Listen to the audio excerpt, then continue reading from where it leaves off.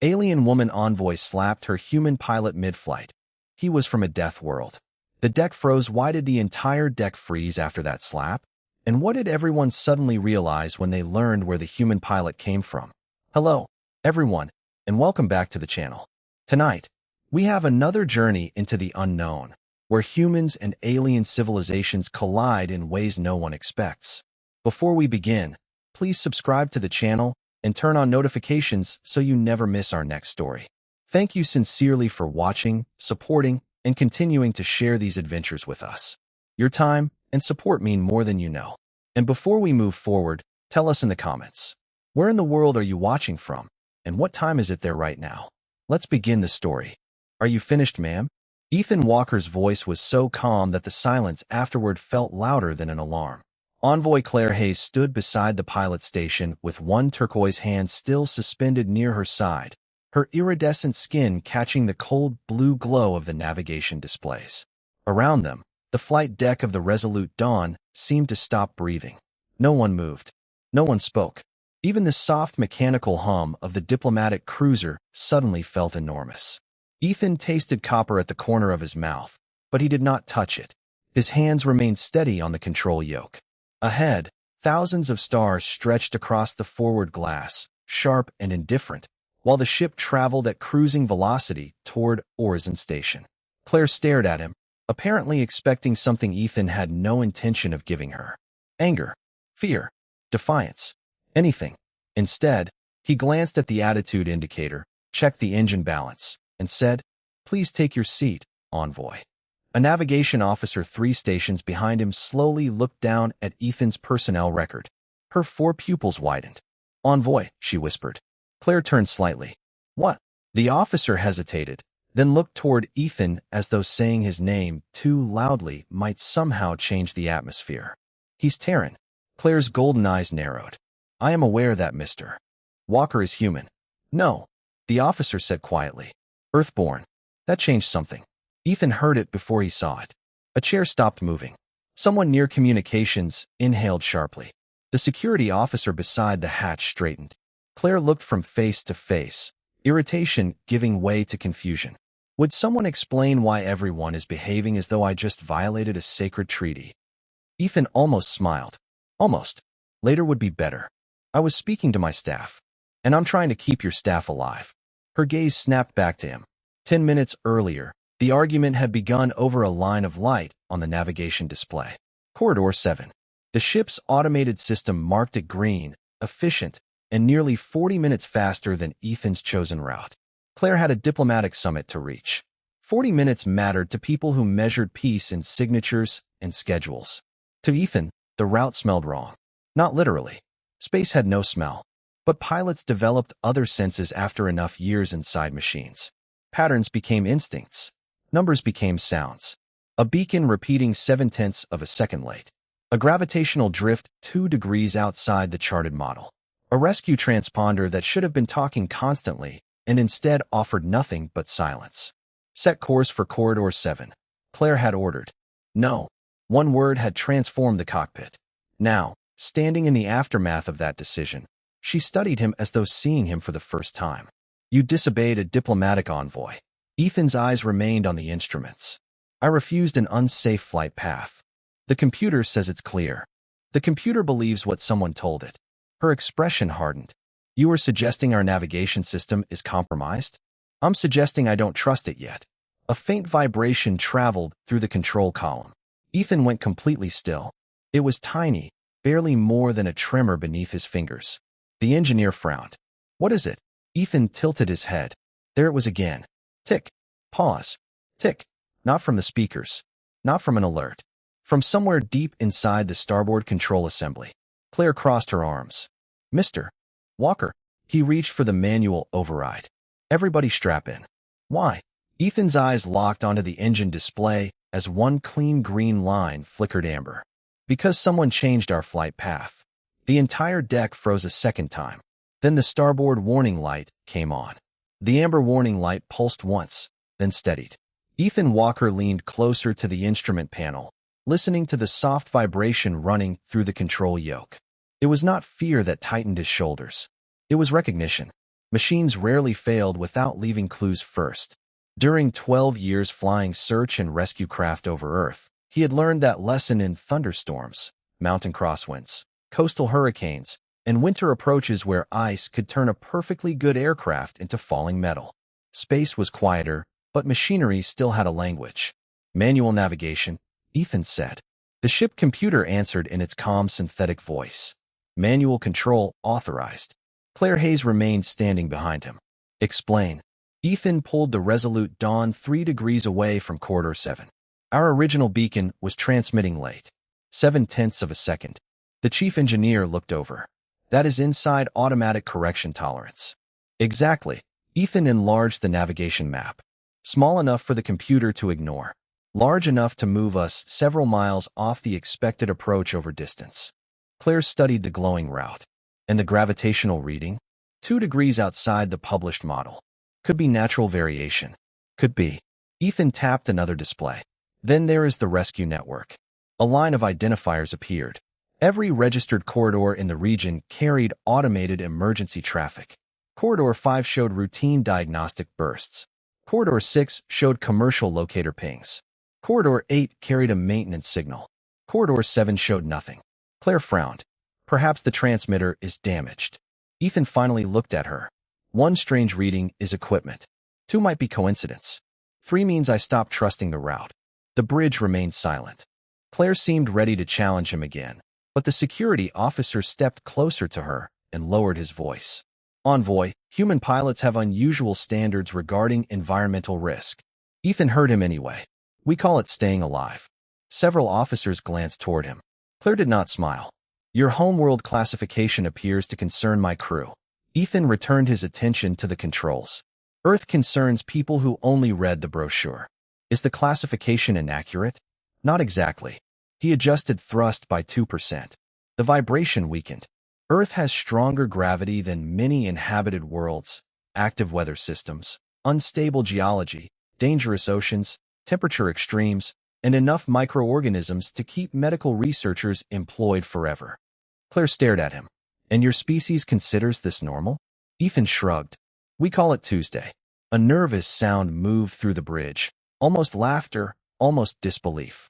Then the navigation officer spoke. Pilot Walker, I have traced the route modification. Ethan turned. Source. Her expression changed. It did not come from the external beacon. Claire stepped toward the station. Then where? The officer swallowed. The route was changed from inside this ship. Ethan felt the last trace of humor leave him.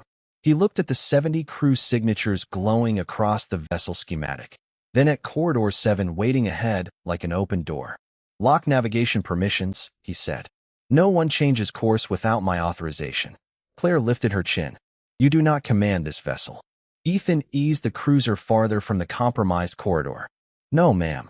But until we know who wants us there, I am the one flying it. Claire Hayes had negotiated ceasefires between species that considered eye contact an insult, yet she had never seen an entire flight crew become nervous because of one man's birthplace. That bothered her more than she wanted to admit. Ethan Walker remained at the controls, his attention divided between the altered navigation data and the faint fluctuations in the Resolute Dawn's engine output. He did not look dangerous. He looked tired, focused, and mildly annoyed that 70 lives had become more complicated than they needed to be. Claire stepped toward the security station. Show me the Terran classification. The officer hesitated. Envoy, perhaps this is not the best time. That was not a request. A pale holographic file appeared above the console. Earth. Average surface gravity higher than that of most Aurelian colony worlds. Major atmospheric storms. Active tectonic zones. Vast oceans with unpredictable weather systems. Wide temperature variation. Dense microbial ecosystems. Numerous native predators. Claire read the summary twice. This is where humans evolved. Yes, Envoy. She glanced toward Ethan. He was adjusting the cruiser's course by fractions of a degree, one hand resting lightly on the yoke.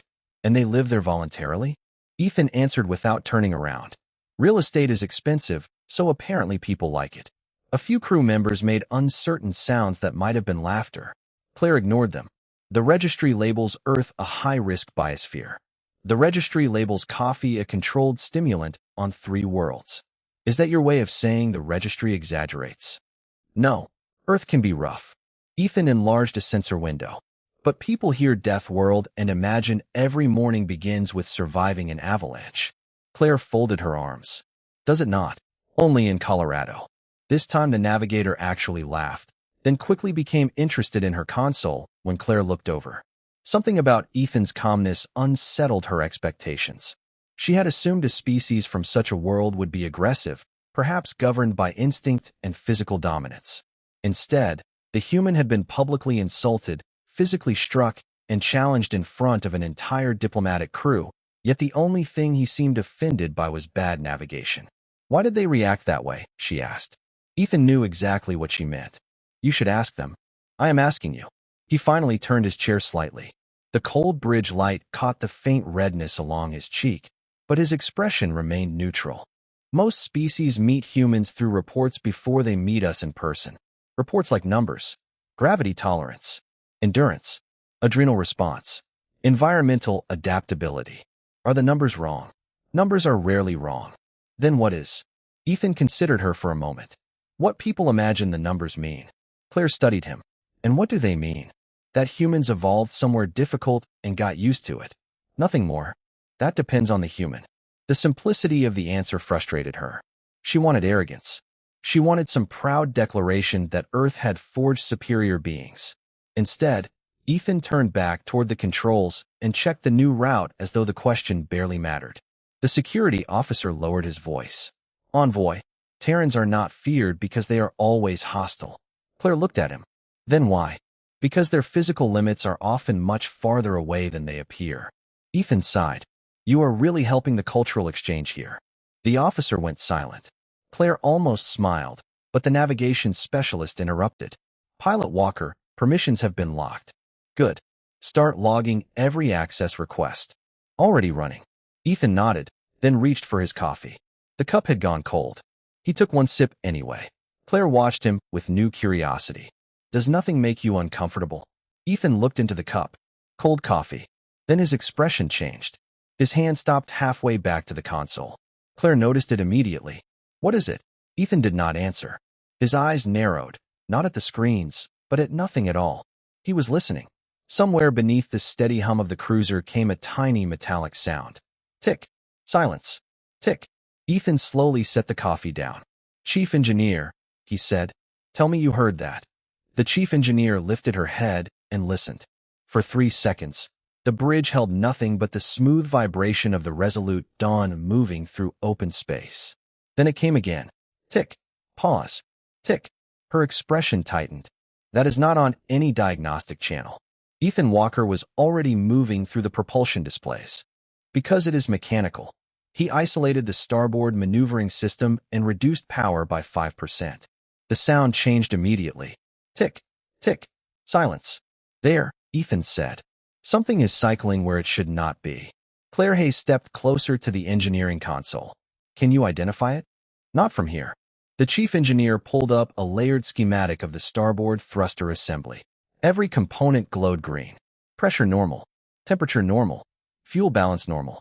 Ethan stared at the readings. That bothered him more than a red warning ever could. Red meant the machine knew something was wrong. Green could mean the machine had been taught to lie. Run an independent pressure check, he said. The system already shows normal pressure. I know. Claire watched him. You distrust the ship now? Ethan rested 2 fingers against the control yoke, feeling for the rhythm beneath the artificial dampening. I distrust anything that tells me everything is perfect. The engineer bypassed the primary sensors. A second set of numbers appeared. Her face changed. Starboard feed pressure is 6% higher than reported. Ethan immediately reduced thrust. Closed the secondary valve. It is not responding. Manual backup. Also locked. Claire's golden eyes sharpened. Locked by whom? The engineer entered another command. Nothing happened. I cannot tell yet. Ethan looked at the navigation plot. Corridor 7 remained 23 minutes ahead of their current position, glowing like a harmless green lane through the stars. Whoever had altered the route had not merely suggested a destination. They had touched the ship itself. Bring us another 4 degrees port, Ethan said. The navigator obeyed. Claire moved beside his chair. You believe the route was compromised before you had proof. I had evidence. You had irregularities. That is usually what evidence looks like before everyone agrees with you. She studied his profile. Is that another Earth lesson? Ethan gave the yoke a careful correction. Mostly aviation. The metallic ticking became faster. Ethan's shoulders went rigid. Chief, cut starboard propulsion completely. We will lose cruise balance. Do it. The engineer hesitated only a fraction of a second before shutting the system down. The deck hummed differently as the remaining thrusters compensated. For one heartbeat, everything became quiet. Ethan almost relaxed. Then a deep metallic thump traveled through the hull. The lighting flickered. A warning tone sounded once. The Resolute Dawn rolled several degrees to starboard before Ethan caught it manually. Cups slid across consoles. Claire grabbed the edge of a station. The navigation officer gasped as half her display turned amber. Starboard thruster offline. Ethan worked the controls with both hands. Port system compensating. Keep everyone seated. Claire stared at the propulsion schematic. Was that an accident? Too early to know. Another alert appeared. The engineer read it aloud. Artificial gravity regulator is receiving conflicting input. Ethan's eyes snapped toward her. From propulsion? It should not be. The deck suddenly felt heavier beneath his boots. Not much at first. Perhaps 10%. Then 20. Claire noticed it too. Her posture changed as if an invisible hand had settled across her shoulders. Ethan. He glanced at the gravity indicator. The number was climbing. Everyone into restraint seats now. The bridge crew moved without argument. Claire remained beside him. What happens if it keeps rising? Ethan locked the yoke and reached for her harness. Then standing becomes a luxury. The artificial gravity passed 1.5 times Earth normal and continued upward. The gravity indicator crossed 2.0, and the bridge seemed to sink beneath its own weight. Ethan Walker felt the pressure immediately, a heavy force pulling at his shoulders and turning every breath into deliberate work. Around him, Aurelian officers pressed deeper into their restraint seats, their movements slowing as the artificial gravity climbed beyond what their bodies were built to tolerate. Claire Hayes was still standing. Sit down, Ethan said. She tried to step toward the nearest seat and nearly lost her balance. Ethan released his harness. The chief engineer stared at him. Pilot Walker, do not leave your station. The autopilot can hold attitude for 6 seconds. He pushed himself upright. At 2.3 times Earth gravity, his legs felt as though someone had strapped weights to every joint. His heartbeat hammered in his ears. Earth had prepared humans for gravity, but not this much of it. He was not comfortable. He was simply functional. Claire gripped the console with both hands. Her breathing had become shallow. I can reach it. I know. Ethan took another step. You do not have to prove it. The gravity reached 2.5. Claire's knees folded, but Ethan caught her arm before she reached the deck. His muscles trembled under the load. For one strange second, she stared at him with pure disbelief. How are you standing? Badly. He guided her toward the restraint chair 3 feet away. 3 feet had never looked so far. Each movement required calculation. Plant a foot. Breathe. Shift weight. Do not hurry. The bridge lights seemed painfully bright, and Ethan could hear the ventilation fans laboring above the low engine hum. Claire tried to help, but her strength was disappearing beneath the artificial weight. Leave me, she whispered. Ethan almost laughed, though he had no spare breath for it. That is not how passenger service works. He lowered her into the seat and pulled the restraint across her shoulders. The buckle clicked into place. Secure. Claire looked up at him. Your station. Working on it. The gravity indicator reached 2.8. Ethan turned. His pilot chair was less than 10 feet away. It might as well have been across a football field. He moved anyway. His boots landed heavily against the deck. His vision narrowed at the edges. The security officer watched from his restraint couch, silent now, while Ethan crossed the bridge one slow step at a time. No roar. No heroic speech. Just breathing, movement, and stubborn refusal to stop. When Ethan finally dropped into his chair, his hands shook as he secured the harness. Claire noticed. That seemed to matter to her. Perhaps she had expected a Deathworlder to be untouched by the pressure. Instead, she saw the truth. It hurt him too. He simply kept functioning while it hurt. Ethan wrapped both hands around the controls. Chief, isolate the gravity regulator from the primary network. Remote access is blocked. then kill the automatic feed. We could lose gravity completely. Ethan glanced toward Claire. Right now, that sounds like an improvement. The engineer executed the command.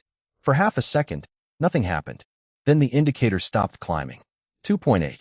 Ethan exhaled slowly. Now find me the secondary controller. The engineer searched the schematic. Her eyes widened. Pilot Walker, the gravity system received the command from an internal maintenance terminal.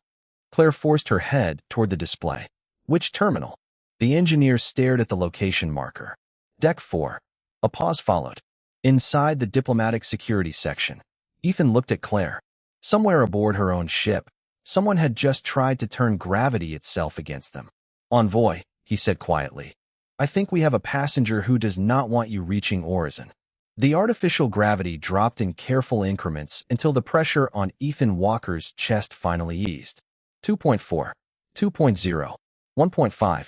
By the time the indicators settled near Earth normal, the bridge crew began moving again, slowly at first, as if their bodies no longer trusted the floor. Ethan kept both hands on the controls until the Resolute Dawn stopped drifting and the remaining thrusters restored a stable heading. Only then did he notice how hard he was breathing. Claire Hayes unfastened her restraint and stood carefully. Her turquoise face had lost some of its color. You should sit for another minute, Ethan said. I am fine. That sentence usually means the opposite. She ignored him and stepped closer. You left your station for me. Claire Hayes recognized the name before Ethan Walker finished reading it aloud. Deputy Envoy Marin Voss. Her voice had lost its diplomatic polish. Ethan watched the identification marker pulse over Deck 4, one level beneath the forward communications hub. Friend of yours? He asked. He has served my office for 9 years. That was not my question. Claire gave him a sharp look, but there was less anger in it now. He was trusted. Ethan turned back toward the flight controls. Trusted is not the same thing as cleared. The ship's internal doors began sealing one section at a time as the chief engineer isolated Deck 4. Soft mechanical thuds traveled through the hull. Each one sounded final. Claire stood beside Ethan's station, close enough to see the fine tremor still moving through his right hand after the gravity surge. She noticed the sealing strip across his palm. You are injured.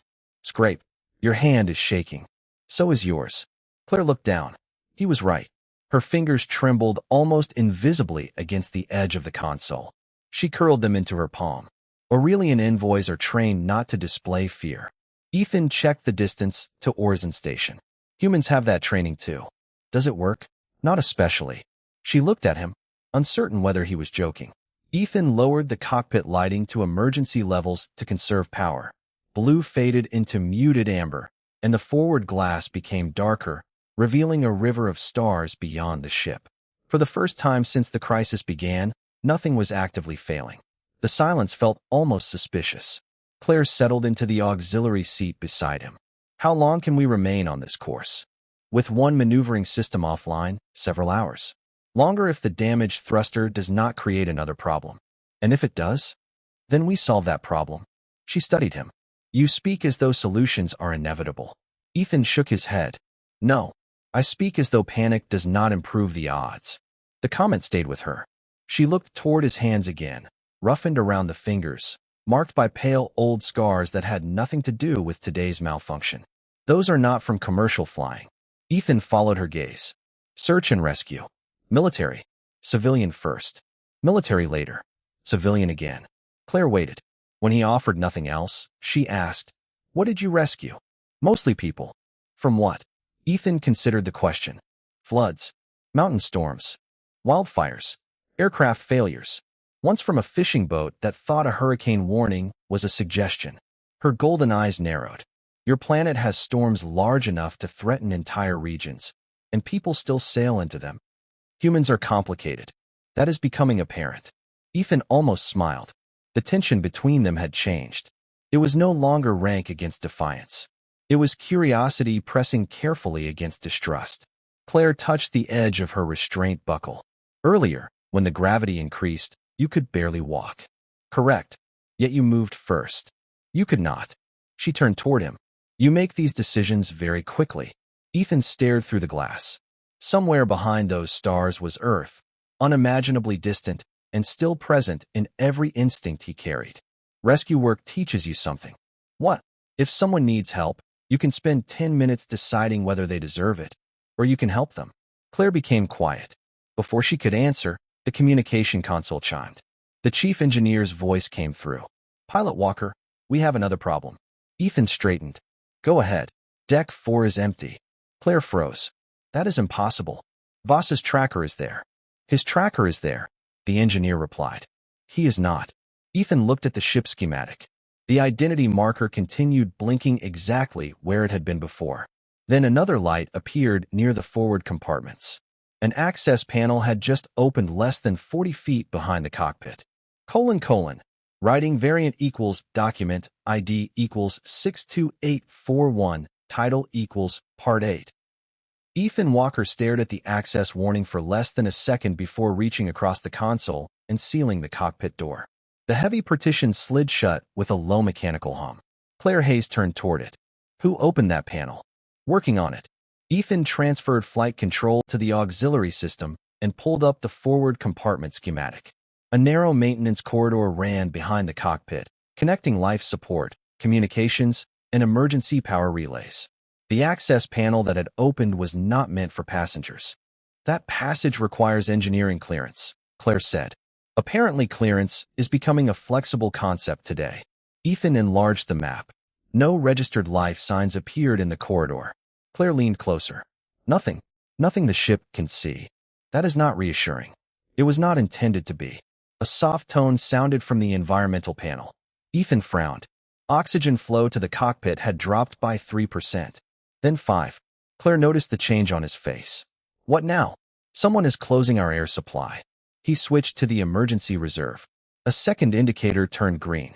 We have 43 minutes on the isolated tank. Claire looked toward the sealed door. Then we need to leave. Not until I know what is waiting outside. She studied him with visible frustration. You cannot solve every danger by remaining in this chair. I know. Ethan glanced at the 70 crew signatures spread across the ship schematic. Sometimes I solve them by making sure everyone else keeps breathing. The words quieted her. He opened an internal communications channel. Chief Engineer, cockpit oxygen has been isolated. Can you restore it remotely? Static answered first. Then the engineer's voice arrived, broken by interference. Negative. Forward environmental controls are no longer responding. We are attempting a secondary route.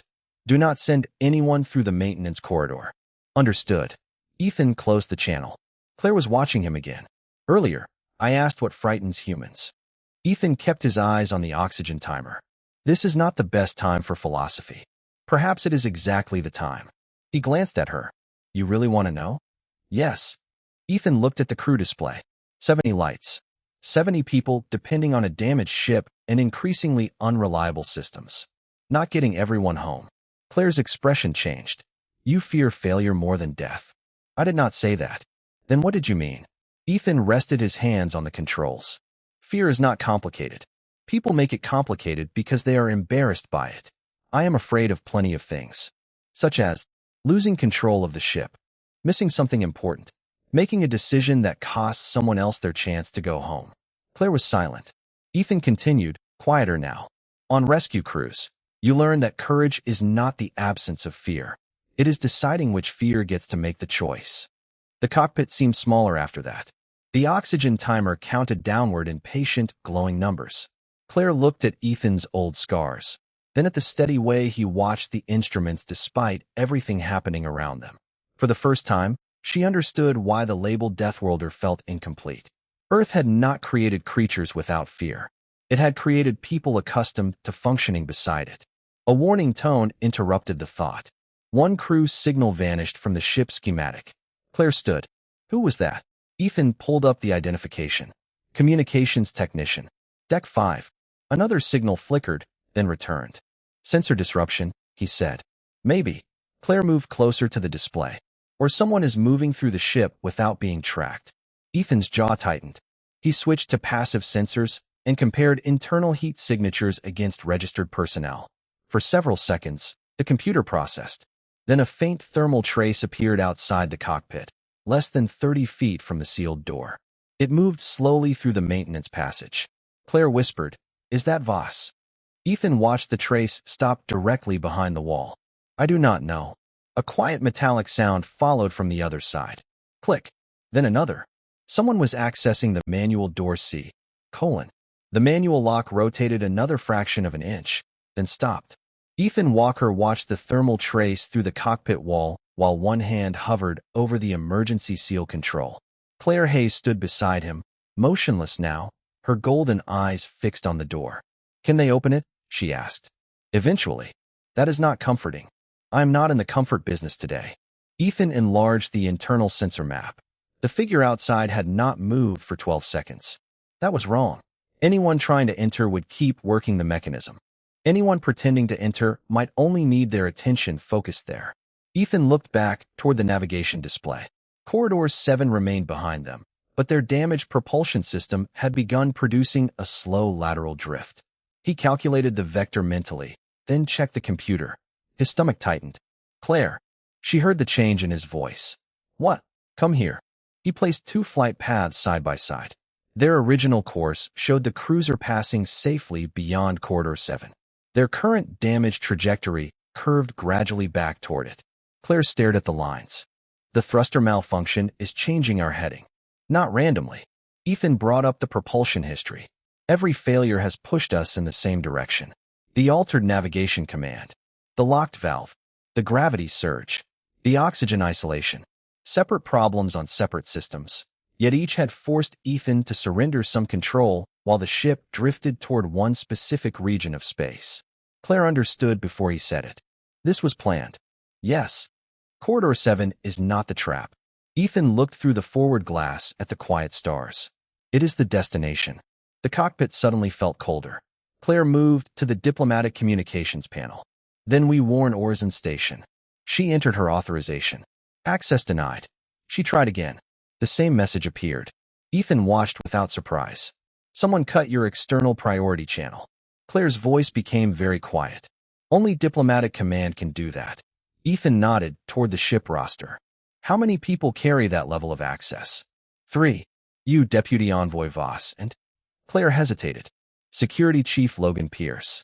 Ethan looked toward the security station on the other side of the sealed cockpit partition. Pierce had been with them during the gravity incident. Calm. Professional. Helpful. Too helpful, perhaps. Ethan hated that thought.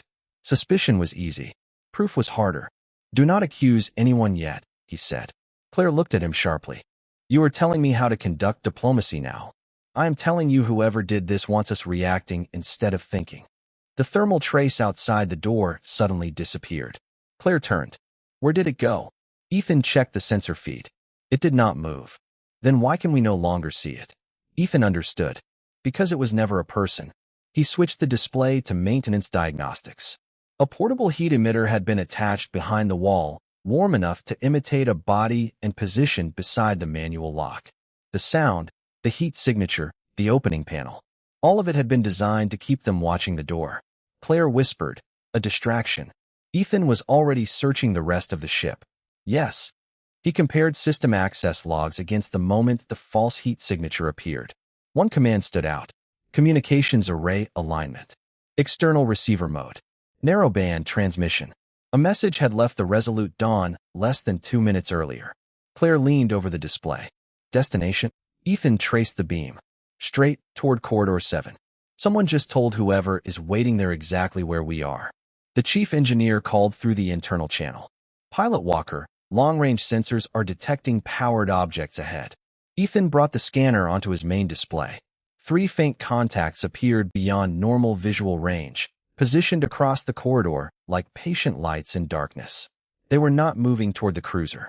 They did not need to. They were waiting. Claire stared at them, then at Ethan. For the ship, Ethan studied the formation.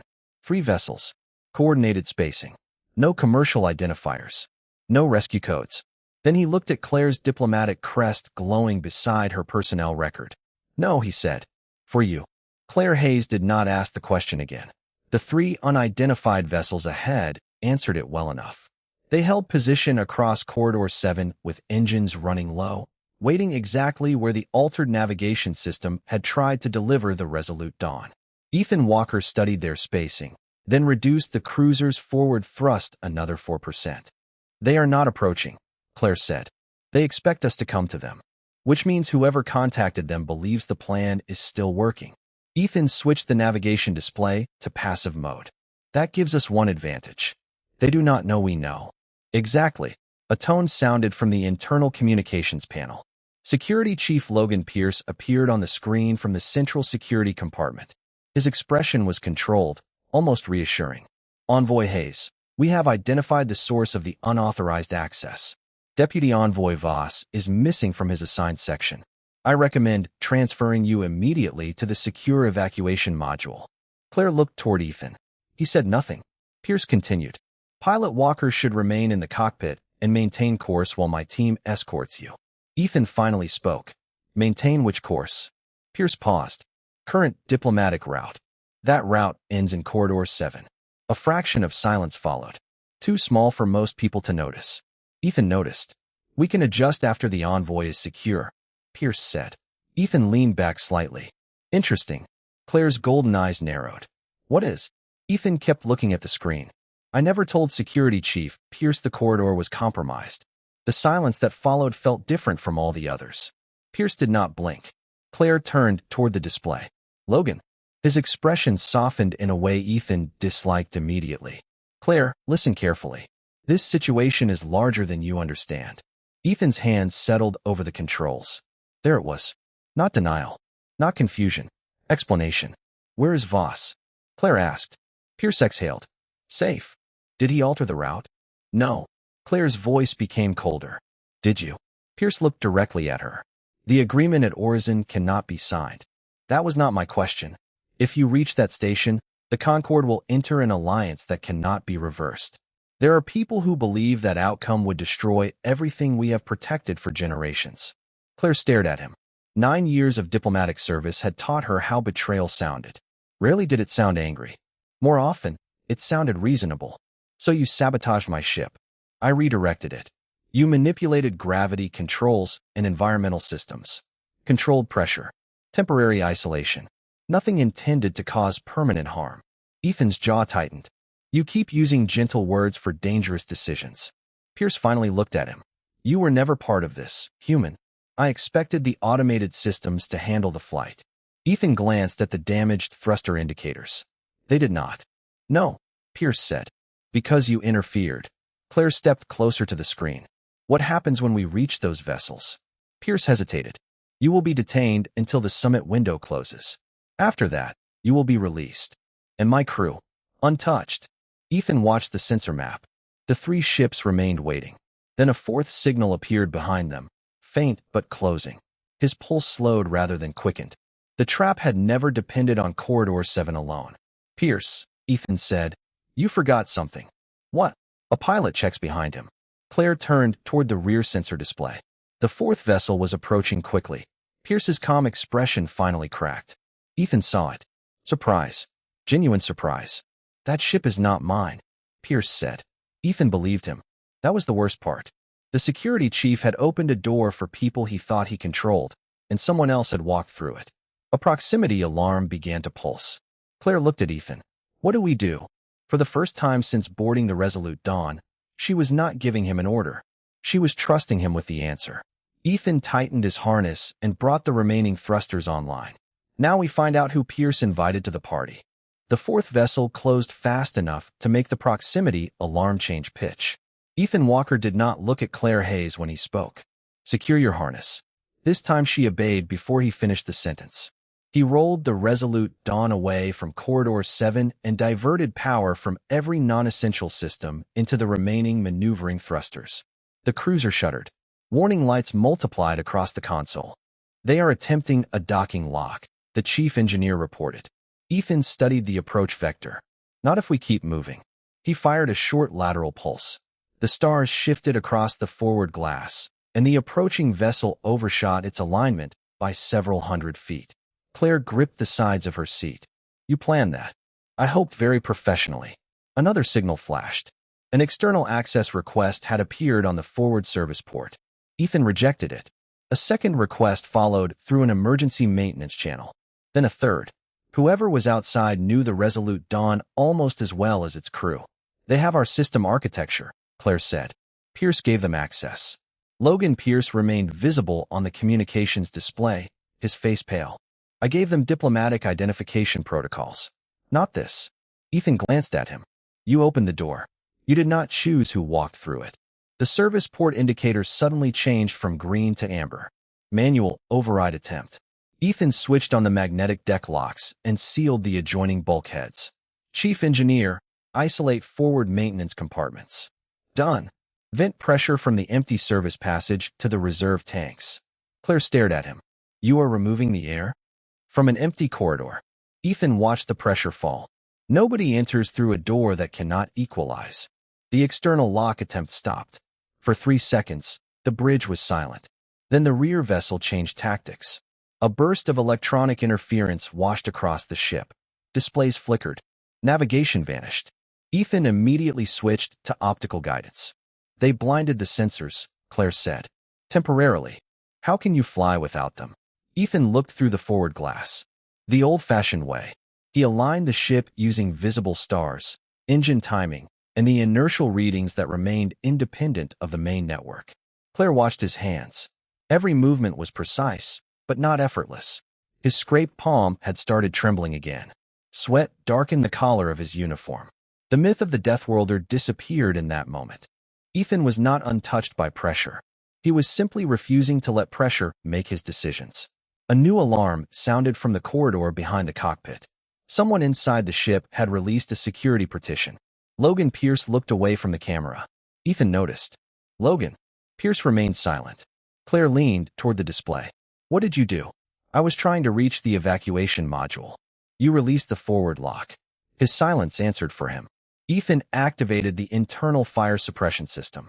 White vapor flooded the empty passage, reducing visibility while harmlessly cooling the compartment.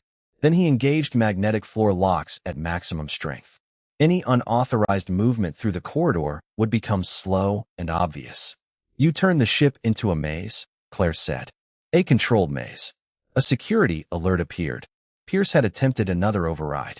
Ethan canceled it and transferred security authority to Claire. Your decision, he said. Claire looked at Logan, a man she had trusted for years. Confine his access. No external communications. No command privileges. Ethan executed the order. Pierce stared at them through the screen. You think this ends anything? Ethan turned the Resolute Dawn sharply as the hostile vessel made another approach. No. The ship slipped past it by less than half a mile. I think it buys us time. Claire looked at him. For what? Ethan brought Orison Station back onto the navigation display. It was distant, but reachable. To get everyone home. The route to Orison Station lasted exactly 4 minutes before the coolant alarm changed everything. Ethan Walker heard the warning and felt his stomach tighten before the engineering report arrived. Primary reactor cooling loop is losing pressure, the chief engineer said. We have a damaged external bypass valve. Ethan checked the numbers. Temperature rising. Reserve capacity falling. Can you cycle it remotely? Negative. The actuator is not responding. Claire Hayes leaned toward the display. What happens if the temperature continues to rise? Ethan answered without softening it. The reactor shuts itself down. And then, we drift. Claire looked at the hostile contacts still shadowing them. Drifting was not an option. The chief engineer spoke again. Someone has to reach the outer maintenance panel and open the bypass manually. Ethan was already releasing his harness. Claire caught his sleeve. No. He looked at her hand, then at her face.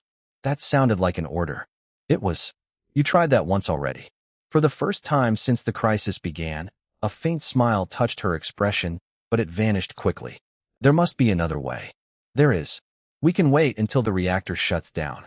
That is not another way. Ethan stood. His legs still carried the weakness from the gravity surge, and his injured palm protested when he closed it. Claire noticed both. You are exhausted. I am functional. That is not the same thing. Today it is close enough. He crossed to the emergency equipment locker and pulled out a pressure suit. The material smelled faintly of polymer and recycled air. Claire followed him. You told me courage is choosing which fear makes the decision. Ethan sealed the suit collar. I remember. Then allow someone else to go. He looked through the forward glass toward the distant glow marking Orison.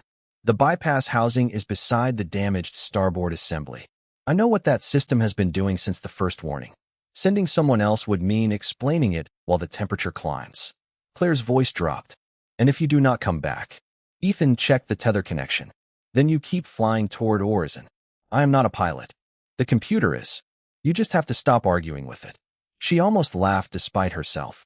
The outer maintenance hatch opened several minutes later, and Ethan stepped into silence. Space had no wind, no temperature against the suit, no sound beyond his own breathing and the vibration carried through his boots. The resolute dawn stretched beneath him like a dark silver island under starlight. He moved slowly along the magnetic walkway until he reached the bypass housing. The manual wheel resisted. Ethan planted both boots and pulled. Nothing. He tried again. His injured hand slipped. Ethan! Claire's voice came through the suit radio. Reactor temperature is still rising. I noticed. He changed his grip and leaned his weight into the wheel. It moved 1 inch. Then 2. A deep vibration traveled through the hull as the cooling system accepted the new path. Pressure stabilizing, the chief engineer reported. Ethan exhaled. Bypass open. Then the ship moved. Not much. A sudden corrective thrust, triggered by an approaching vessel, shifted the resolute Dawn sideways. Ethan's tether snapped tight. His magnetic boot lost contact. For one weightless second, the ship seemed to slide away beneath him. Ethan, Claire said. He reached for the hull and missed. The tether connection alarm flashed red. The damaged clasp released. Ethan began drifting into open space. On the bridge, the navigation computer announced the safest option in its calm voice. Recommend maintaining course to Horizon Station. Claire stared through the glass at the tiny white signal marking Ethan behind them. Then she placed both hands on the controls. Recommendation denied. The navigator turned toward her. Envoy, changing course will bring the pursuing ship closer. Claire remembered a human crossing 10 impossible feet under crushing gravity because she could not. Turn us around. Envoy. Her golden eyes never left Ethan's fading signal. He came back for me. The thrusters fired. Now we go back for him. The resolute Dawn turned against its safest course, and every warning system on the bridge seemed to object at once. Claire Hayes ignored them.